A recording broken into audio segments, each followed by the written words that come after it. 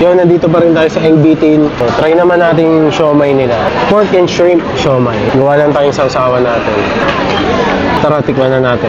Pork and shrimp siomay ng Engbitin. Tara, tikman muna natin ang plain. Sakto lang.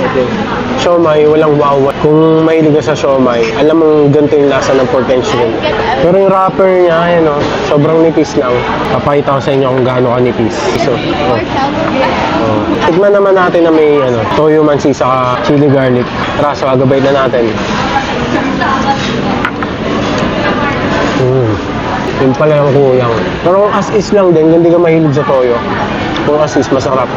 Pero para sa akin, sanay na kumain ng siomay na may toyo mansi sa chili garlic. Mas the best partner din talaga.